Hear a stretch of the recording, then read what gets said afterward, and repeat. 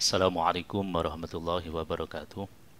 Bismillahirrahmanirrahim. Ila hadratin Nabil Mustafa Sayyidina Maulana Muhammad sallallahu alaihi wasallam wa ala alihi wa ashabihi wa azwajihi wa dhurriyyatihi wa ikhwanihi minan nabiyyin wal mursalin wa ali kulli ashabihi ajma'in wa tabi'in tabi'in lahum bi ihsan. Bismillahirrahmanirrahim. Sayyidi Syekh Hamdul Qadir Jalani wa Sayyidi Syekh Bi Hasan Syadili wa Sayyidi Syekh Sulaiman Al-Atrani wa Sayyidi Syekh Bi Hamid Muhammad Ghazali wa Sayyidi Syekh Syarifi Allah Sunan Kunjati wa sunan wali sallallahu alaihi. Bismillahirrahmanirrahim. أولياء الأقطاب وأولياء الأبدال وأولياء الغوث من مشاكل الأرض المغرب. بسم الله الرحمن الرحيم.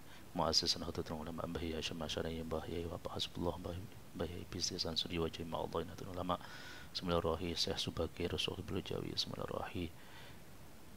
شيخ خليل أحمد غلاني وأصولهم وفرنا زوجهم. بسم الله الرحمن الرحيم. أبائنا وأمهاتنا وأجدادنا وجدتنا وعمامنا وعماتنا ومشايخنا ومشايخ مشايخنا من مشايخ عظيم لنا بنا محمد صلى الله عليه وسلم وعلى آله وأصحابه وأزواجه وذريته وإخوانه من النبيين والمرسلين وأصحابنا أجمعين وتابعين لهم بإحسان. بسم الله الرحمن الرحيم. جميع مشايخنا من مشايخ الربيع الكديري الشيخ عبد الكريم الشيخ مخرج الشيخ مرزقنا الشيخ جوري الشيخ منصور الزيني الشيخ عبد الله سراد الشيخ نهوي عبد الكريم الشيخ ترمذي الشيخ مرمى الله المجد الشيخ محمد الشيخ إمام يحيى مخرج الشيخ رفيع يعقوب الشيخ معصوم جرير الشيخ مفتوح الشيخ عبد الله زيني الشيخ خالد رضوان عبد الله من بركاتهم وكراماتهم في الدارين. ثم إلى روحي semua mahasantri Madin UIN 1 Tulungagung, Wanahusun Khosoh Madin Ula 17, 18, 19, 20, dan para guru-guru, para orang tua dan para keluarga. Semoga mendapatkan kesehatan, diberi kesehatan zahiran wa batinan, diberi umur yang panjang dalam keberkahan, dalam keridhaan, diberi kesuksesan dalam apapun, kesuksesan di dalam mencari ilmu. Lahumul Fatihah. A'udzubillahi minasyaitonir rajim. Bismillahirrahmanirrahim. Alhamdulillahirabbil alamin arrahmanirrahim. Sembah ila ruhaniyati wa jasadiyati mu'allif kitab Jurumiyah Syekh Muhammad bin Muhammad bin Dawud As-Sinaji Al-Ajrumi. Adallahu nana barakatihi wa rahmatihi fid dharain wa nafa'ana bi ghurmihi fid dharain. Lahul Fatihah. Bismillahirrahmanirrahim.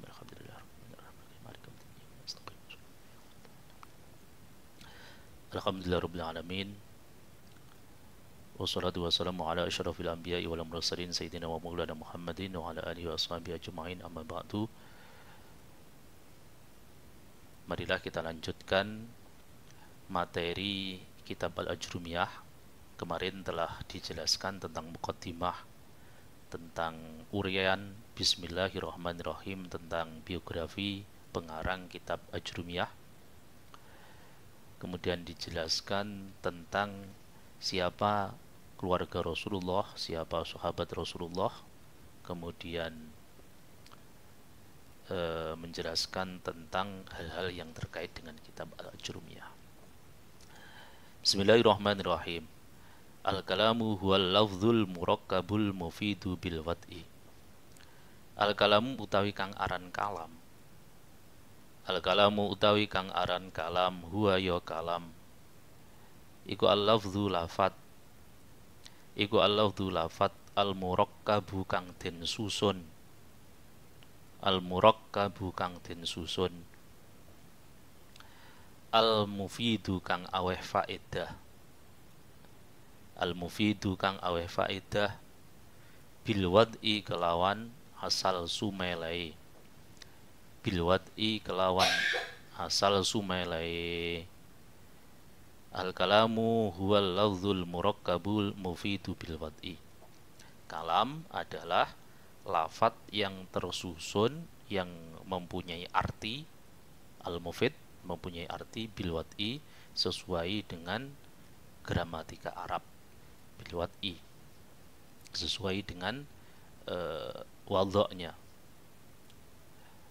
Kita akan membahas kalam karena di dalam ilmu nahwu yang perlu diketahui pertama kali adalah definisi dari kalam. Kalam itu adalah yang pertama harus al-lafzu, kemudian yang kedua al-murakkabu, yang ketiga al-mufid, kemudian yang keempat bil wad'i. Berarti ada 4 kriteria disebut kalam. Al-kalamu qauluhu al-kalam bi fathil kafi kelawan din waca fathah kafi. Lughatan ing dalem cara lughate, lughatan ing dalem cara lughate iku kulluma sekabehane perkara, sekabehane perkara afada kang awe faedah apa ma. Ming kitabatin nyatane saking tulisan, au isyaratin utawa isyarah, au uqadin utawa bundelan, kepalan tangan, bundelan itu, au uqadin utawa mengepalkan tangan, ya. Au nusobin utawa pasangan, pasangan nambor, atau au nusobin utawa pasangan, seperti iklan-iklan itu dipasang, itu namanya nusob. Seperti rambu-rambu lalu lintas itu disebut dengan nusob. Au lisani halin utawa lesane tingkah, au lisani halin utawa lesane tingkah. Lisanu halin itu kalau sekarang disebut dengan emoji itu. Ada tampak sedih, tampak bahagia, tampak senang dan lain sebagainya, itu disebut dengan lisanu hal, emoji. Al-kalam bi fathil kafi lughatan kullu ma afada min kitabatin au isyaratin au qadin au nusobin au lisani halin. Kitab, kalam, ya, kalam secara lughat, arti dari bahasa kamus itu semua yang berfaedah, apapun yang berfaedah, yang memahamkan, ya, apapun yang memahamkan, min kitabatin, baik itu dari tulisan, WA, SMS, chatting dan lain sebagainya. Tulisan ketika lawan bicara kita itu faham, maka itu disebut dengan kalam secara lughat. Au isyaratin atau isyarah, isyarah mengangguk, isyarah tidak mau, atau isyarah peace, gitu. Atau isyarah apapun itu disebut dengan kalam karena lawan bicara kita faham atau afada. Au uqadin atau kepalan tangan. Jadi kalau orang Arab dulu itu ketika mengiyakan di dalam transaksi itu mengepalkan tangan. Oke, menunjukkan arti oke atau lain sebagainya. Au nusobin atau rambu-rambu lalu lintas, rambu-rambu yang terpampang atau apapun yang terpampang, seperti rambu-rambu lalu lintas itu ada tulisan P yang di pink, yang ada warna merahnya, itu tidak boleh parkir atau lain sebagainya. Itu namanya nusob, dan orang akan paham dengan melihat hal yang terpampang itu. Aulisani halin seperti tadi, emoji. Tahu, oh ini model raut wajahnya itu bahagia, raut wajahnya itu sedih, itu lisanul hal. Raut wajahnya itu tidak ridho, tidak terima, tidak mau, itu namanya lisanul hal. Lisanul hal seperti itu juga disebut kalam secara bahasa kamus, secara bahasa.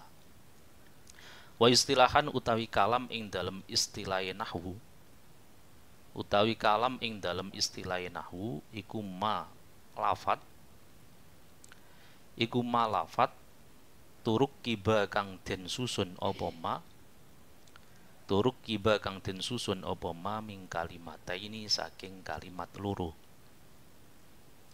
Wa afada lan aweh faedah apa ma, wa afada lan aweh faedah apa ma. Dalam istilah nahwu, kalam itu adalah ma turuk kiba ming kalimata ini wa afada, lafat yang tersusun dari dua kalimat dan mempunyai arti atau memahamkan, afada. Ka zaidun qaimun, kaya lafat zaidun qaimun, zaidun utawi zaid iku qaimun wong kang ngadeg.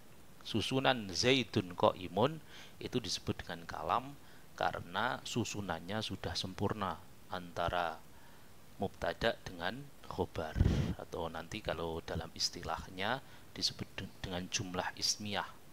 Zaidun qaimun, Zaid orang yang berdiri.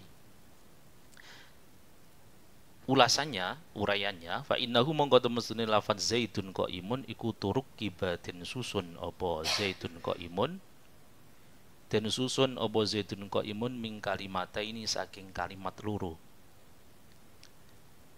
Al ula utawi kang awal, Zaidun qaimun tersusun dari dua kalimat. Yang pertama, Zaidun iku Zaidun lafat Zaidun, wasaniyatu utawi lafat kang kaping pindho, wasaniyatu utawi lafat kang kaping pindho iku qaimun lafat qaimun.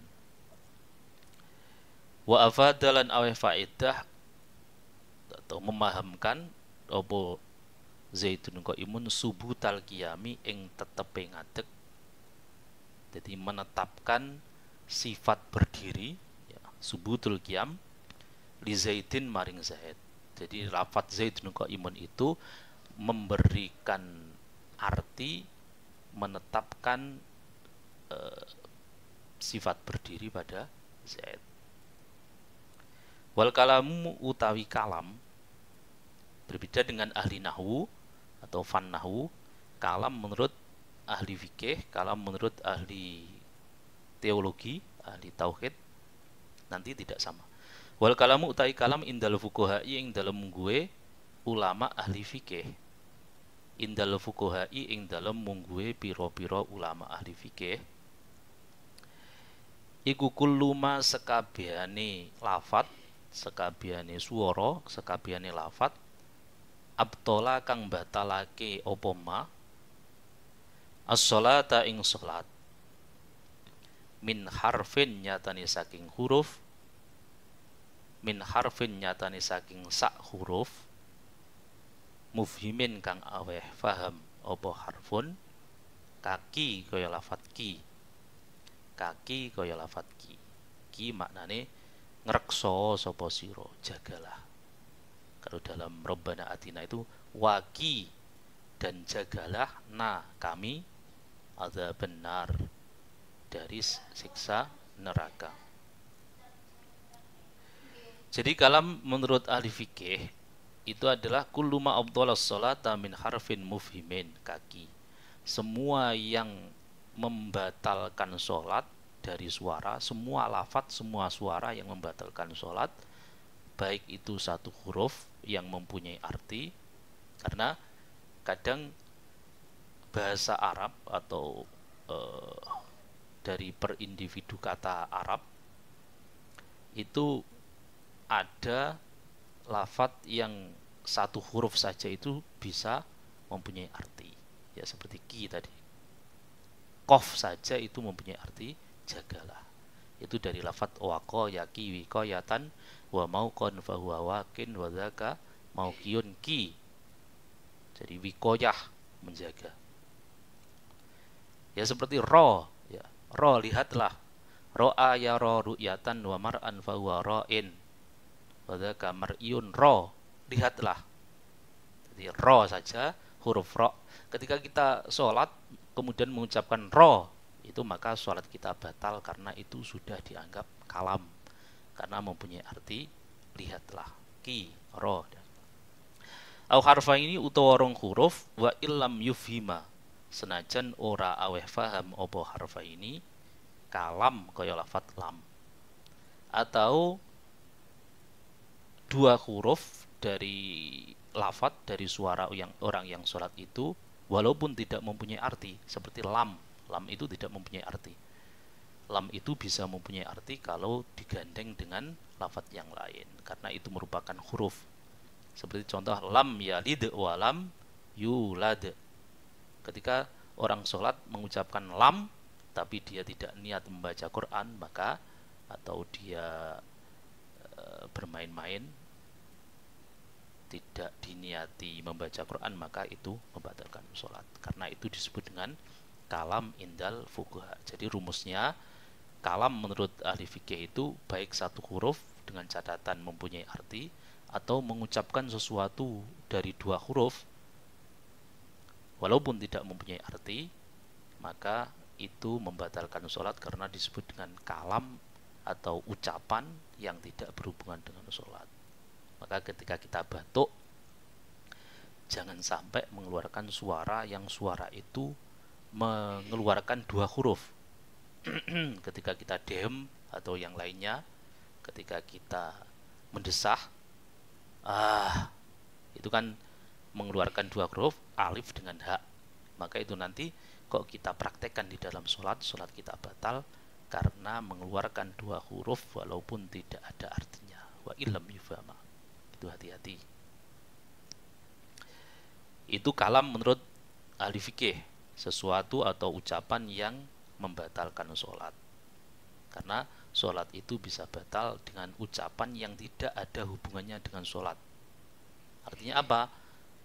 Ucapan-ucapan yang tidak ada unsur zikir, yang tidak ada unsur Al-Quran, maka bisa membatalkan sholat. Karena sholat itu harus murni bacaan sholat, tidak boleh dicampur dengan ucapan manusia. Apalagi di tengah-tengah sholat kita berbicara dengan teman kita, batal sholatnya karena itu merupakan kalam.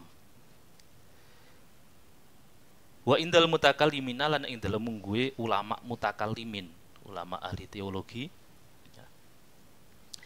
iku ibaratun tetembungan anil makna saking makna al-qadimi kang dingin, makna yang terdahulu, al-qaimi kang jumeneng, al-qaimi kang jumeneng bidzatihi ta'ala kelawan dzati Allah Ta'ala. Kalam menurut ulama ahli mutakallimin, ahli tauhid, adalah ungkapan dari arti yang qadim, dari arti yang dahulu yang berada pada zatnya Allah. Makanya ada istilah Al-Quran kalamullah. Quran itu adalah kalamnya Allah. Sehingga kita tidak boleh mengatakan karena kalam Allah, karena Allah itu tidak boleh disamakan dengan makhluk yang ucapannya itu ada unsur suara dan bisa ditulis dengan tulisan, dengan kata-kata, maka ketika Allah itu mukhalafatul lil hawadisi, kalam, dan Allah itu mempunyai sifat kalam dan Quran itu adalah kalamullah, maka kalamnya Allah itu tidak berupa suara dan tidak berupa tulisan, tidak berupa huruf.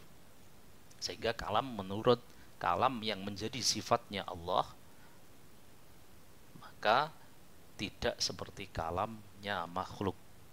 Sehingga ada perdebatan apakah Quran yang tertulis itu kalamullah al-qadim atau bukan. Itu sudah ada perdebatan di dalam ilmu teologi. Ya.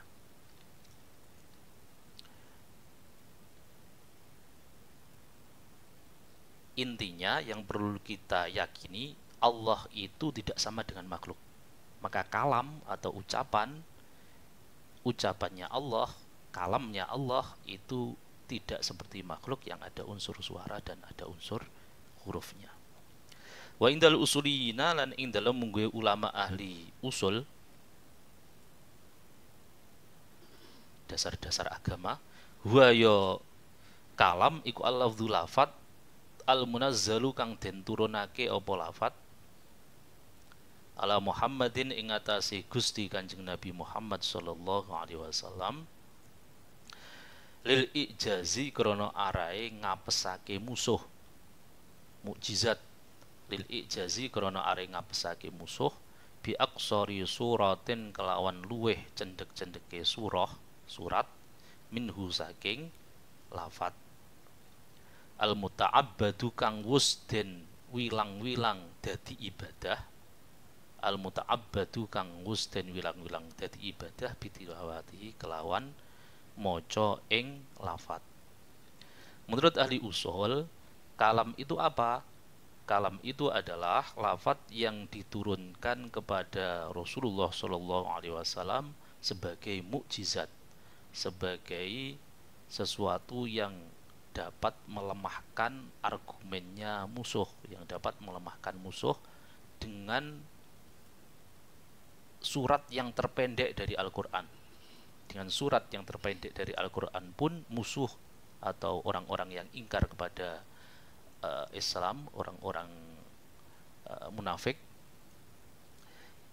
itu tidak mampu untuk menandinginya. Al-muta'abbad bitilawatih, yang Quran itu hanya dengan membaca saja sudah dianggap ibadah. Jadi ibadah itu ada dua. Ada ibadah yang butuh pada niat, ada ibadah yang tidak butuh pada niat. Jadi ketika ibadah itu tidak diniati, maka ketika ibadah itu disyaratkan harus ada niat, kok tidak diniati, maka tidak sah. Contohnya sholat.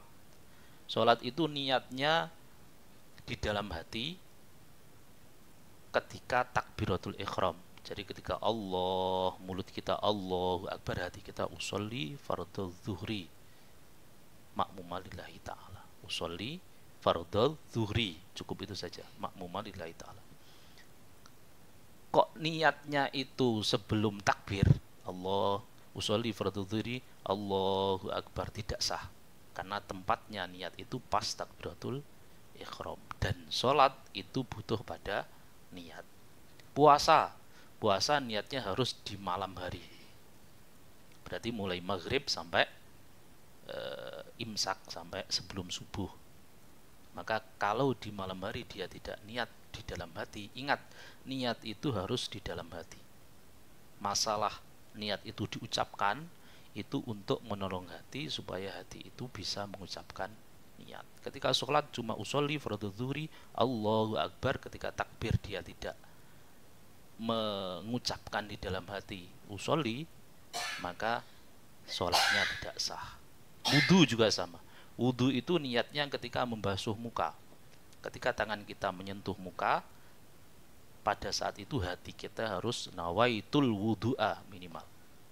Berarti ketika kita cuma membasuh sebelum ketika kita mencuci tangan, kita mengucapkan bismillahirrahmanirrahim, nawaitul wudu'a li raf'il hadasil asghari fardhullahi ta'ala.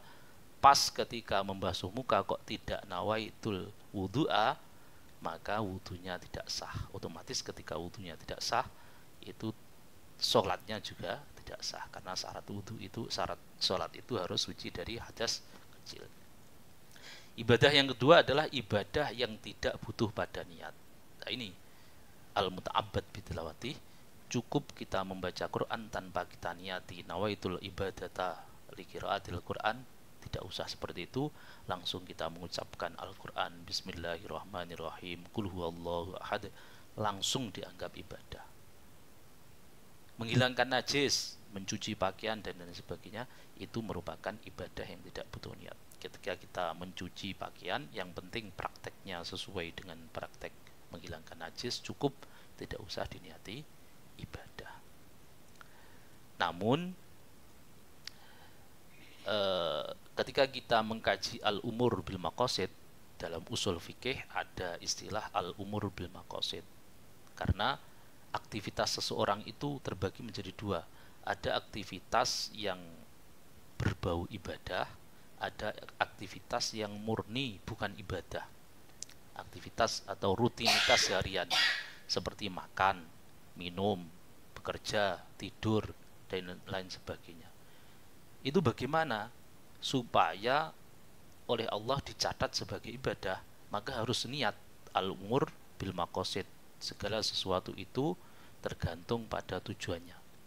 Jadi ketika kita kuliah, berangkat kuliah, harus kita niatkan, saya niat ibadah kepada Allah, menghilangkan kebodohan. Ketika kita mau makan, saya niat makan supaya kuat melaksanakan ibadah, saya niat ibadah kepada Allah. Ketika kita diam di rumah, maka kita niati, saya niat ibadah kepada Allah, taqarruban ilallah wa khurujan an mas. Maka pada saat kita niati, hidup kita itu selalu tercatat sebagai ibadah. Di pagi hari ketika kita bangun tidur, langsung dalam hati kita niati, satu hari ini nanti saya niatkan ibadah kepada Allah, maka satu hari itu akan menjadi ibadah. Maka kuliah Anda ketika berangkat kuliah atau berangkat bekerja kok tidak diniati ibadah, maka tidak akan bernilai ibadah karena itu merupakan rutinitas harian. Sama seperti duduk di rumah dengan duduk iktikaf di dalam masjid. Duduk di rumah, kalau kita niati ibadah maka akan bernilai ibadah. Ketika kita duduk di dalam masjid tapi tidak kita niati niat iktikaf, maka tidak akan bernilai ibadah karena duduk itu merupakan rutinitas harian. Mandi sunnah ketika mau hari raya atau ketika mau berangkat Jumat, ketika kita tidak niati mandi di dalam hati, maka tidak bernilai ibadah. Justru itu cuma mandi yang menyegarkan badan, dan itu merupakan rutinitas harian. Supaya bernilai ibadah maka harus diniati. Memakai wewangian dan lain sebagainya, semuanya harus diniati ibadah. Nawaitul ibadata lillahi ta'ala. Kemudian uraian dari lafadz. Tadi dikatakan kalam itu merupakan lafadz. Apa lafadz itu? Maknahu utawi maknane lafadz lughatan ing dalam lughate iku at-tarahu, buang atau ngelepeh bahasa Jawa, buang. Warramyu tegese buang. Takulu ngucap sapa sira lafadzat ngelepeh itu mengeluarkan ya. Lafadzat ngelepeh opo arroha gilingan ad-daki ko ing glepung. Dalam kamus Arab ada istilah gilingan tepung itu melafatkan tepung atau mengeluarkan tepung. Walafadzolan ngelepeh sopo fulan wong an-nawata ing isi kurma. An-nawata idza rumaha ing dalam nalikane nglepeh sapa wong ing nawah. Wastilahan utawi lafat ing dalam cara istilahe nahwu. Wastilahan utawi lafat ing dalam istilahe nahwu. Huwa ya lafat iku as-sautu swara. Iku as-sautu swara al-mustamilu kang mengku apa saut ala ba'dil hurufil hijaiyati ing ngatasi sebagian pira-pira huruf hijaiyah. Ing ngatasi sebagian pira-pira huruf hijaiyah allati kang awaluha kang utawi kawitane huruf hijaiyah iku al alifu alif wa akhiruha utawi akhire huruf hijaiyah iku al ya'u ya. Misaluhu utawi contone lafat iku zaitun, lafat zaitun. Jadi istilah nahwu, lafat itu adalah suara yang mencakup sebagian huruf hijaiyah, suara yang ada unsur huruf hijaiyahnya yang dimulai dari alif sampai ya. Yang dimulai dari alif sampai ya, seperti zaitun. Jadi suara yang mempunyai huruf. Sehingga ketika kita membaca Al-Qur'an, ketika kita sholat kok cuma diungkapkan dalam hati, itu bukan kalam, itu bukan lafaz. Jadi sholatnya tidak sah, harus diucapkan.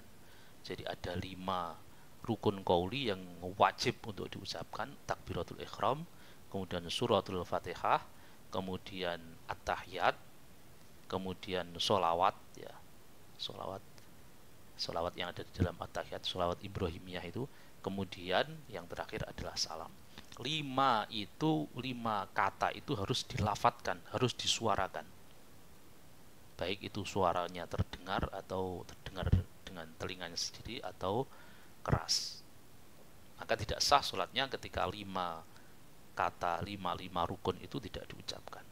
Membaca Quran harus dilafatkan, tidak boleh dibaca di dalam hati. Artinya ketika kita membaca Quran, ketika kita disuruh orang untuk membaca Quran, tidak boleh cuma dengan dibaca di dalam hati, karena itu bukan lafaz. Karena lafaz itu harus as-saut, suara. Al-murakkabu min kalimataini, den susun min kalimataini saking kalimat loro, fa aksara mongko khalih luweh akeh. Tarkiban kelawan tarkib isnadian kang bangsa isnadi. Nanti akan dibahas, ada tarkib isnadi, ada tarkib idhofi, ada tarkib masji. Saling membutuhkan tarkib isnadi itu ya. Bikhilafil idhofi, berbeda nih kelawan tarkib idhofi. Tarkib idhofi itu dua kata yang menjadi dipatenkan menjadi satu kata. Jadi dua kata yang dipatenkan menjadi satu arti. Ka Abdillahi kaya lafat Abdillahi. Abdillahi itu tercetak dari lafat Abdun dan Allah, hamba Allah. Maka ketika disebut dengan Abdullah, yaitu sebuah nama, tidak hambanya Allah, bukan. Wal masjilan tarkib masjid ka ba'labaka kaya lafat ba'labaka wa tausifi lan tarkib tausifi. Qaulu al-mufidu, arti dari mufid itu adalah al-mufhimu kang aweh faham, bimakna yahsunu kelawan arti bagus, apa asuku tu meneng, apa asuku tu menenge mukhatab ya, alaihi ing ngatasé lafat, bihaisu layab ko kelawan sekirane ora tetep, kelawan sekirane ora tetep disami'i kedue wong kang ngrungu, apa intidharun ngenti-ngenti, muqayyadun kang den batesi apa bi intidhar, muqayyadun kang den batesi apa bi intidhar. Fala yadhuru mengko ora bahaya, fala yadhuru mengko ora bahaya apa ikhtiyajuhu butuhe samek, ilal muta'alliqati maring pira-pira gegantungan, ilal muta'alliqati maring pira-pira gegantungan, minal mafaili saking pira-pira maf'ul. Nanti akan dibahas ada kalimat umdah, ada fudlah. Jadi ada istilah umdah. Umdah itu adalah susunan kalimat yang sebagai pokok dari kalimat, susunan fi'il fa'il itu namanya umdah. Ketika fi'il fa'il maf'ul, maka itu maf'ulnya itu disebut dengan fudlah. Koma zaidun, koma zaidun itu umdah, artinya dengan koma zaidun sudah bisa dipahami. Doroba mukul sopo zaidun zaid amron ing amr. Amron itu merupakan fudlah. Qalu bil wad'i, yakni ngarteni sopo Kiai Musonef al-Arabi ing bahasa Arab. Jadi disebut dengan kalam itu kalau bahasanya bahasa Arab, suara yang tersusun dari dua kalimat yang mempunyai arti, dan bilwad'i bahasa Arab. Berarti kalau bukan bahasa Arab, kalau bukan kata-kata Arab, itu tidak disebut dengan kalam. Dari satu versi ini. Khoroja kejobo, khoroja metu bi kelawan Arabi, opo kalamu Turki, kalami wong Turki, wat takruri lan kalami wong takrur, wa kalamul hunudi lan kalami wong India. Karena itu bukan Arab, bahasa Jawa, bahasa Indonesia itu bukan kalam menurut versi yang pertama ini. Wa nahwi lan sepadane kalam Turki, mimma saking kalam laisa kang ora ana apa ora ana iku bi Arabiyin kelawan Arab. Nah, kalau versi yang kedua, wa yasihulan sah apa ayu fassara yen to den tafsiri apa al-wad'u wadha, yen to den tafsiri apa al-wad'u wadha bil qasdi kelawan sejo. Yang penting orang yang mengungkapkan itu mempunyai tujuan untuk memahamkan orang yang mendengar, itu qasdu. Fayadkhulu mongko manjing apa kalamu Turki, kalame wong Turki, wa takruri lan takrur, wa nahwi lan sepadane takrur. Fa innahu mongko temen satune kalamul Turki, kalam non Arab, iku yusamma den arani apa kalamu Turki kalaman ing aran kalam. Jadi menurut versi yang kedua ini, bahasa apapun itu disebut dengan kalam. Karena apa? Liwujudil qasdi, krana wujude sejo. Karena bahasa dari negara-negara yang non-Arab itu memahamkan kepada orang yang mendengar, fihi ing dalam kalam. Jadi kesimpulannya al-wad'u itu ada dua versi. Kalau versi pertama adalah bahasa Arab. Berarti kalau tidak bahasa Arab maka itu tidak disebut dengan kalam. Versi yang kedua, yang penting tujuannya itu berhasil atau memahamkan kepada orang lain dengan bahasa apapun disebut dengan kalam. Itu pelajaran kita kali ini, materi kita kali ini menjelaskan tentang kalam. Dasar dari ilmu nahwu harus mengetahui kalam, karena nanti dari kalam itu akan dijabarkan menjadi kalim dan kalimah dan lain sebagainya. Wallahul muwaffiq ila aqwamit thoriq. Allahumma anfa'na bima 'allamtana wa 'allimna ma yanfa'una wa zidna ilman nafi'a wa na'udzubika min hali ahli an-nar walhamdulillahi ala kulli hal. Radina billahi rabba wa bil islami dina wa bi muhammadin nabiyya wa rasula. Rabbi zidna ilman nafi'a warzuqna fahma waj'alna min ibadika sholihin. Semoga kita mendapatkan ilmu yang barakah, manfaat, diberi umur yang panjang dalam keberkahan, dalam kesehatan, diberi kesuksesan fid dini wa dunya wal akhirah, kesuksesan dalam urusan apapun, dalam cita-cita, diridhoi oleh Allah Subhanahu wa taala. Wassalamualaikum warahmatullahi wabarakatuh.